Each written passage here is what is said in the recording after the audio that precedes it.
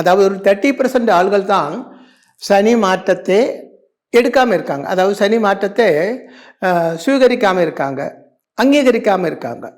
70% ஆளுகளும் சனி மாறியாச்சு அப்படியே நம்புறாங்க, அதுதான் உண்மை. ஆனால் அந்த சனி மீனத்துக்கு வந்தாச்சு என்று நம்பப்பட்ட ஜோதிஷிகளும், அவர் பெரிய பெரிய ஜோதிஷிகள், பெரிய பேரும் பெருமையும் உள்ள ஜோதிஷிகள், பெரிய ஆச்சாரியன்மார், டிவியில எல்லாம் நான் பார்த்தேன், டிவிலையும் இந்த யூடியூப்ல எல்லாம் பார்த்தேன், வந்து சனி மாற்றத்தோட பலன்கள் சொல்றாங்க, ராசி பலன் சொல்றாங்க. அதாவது சனி இப்போ மீனம் ராசியில வந்திருக்கிறது, மீனம் ராசியில் வந்தா உங்களுக்கு எப்படி எப்படி இருக்கும் அப்படின்னு சொல்றாங்க. அவருக்கு நான் சொல்றேன், நீங்க தயவு செய்து சாஸ்திரம் படிங்க. ஏதாவது வந்து சொல்லிட்டு ஜனங்களை மூடன்மார் ஆக்காதீங்க, மடையன்மார் ஆக்காதீங்க.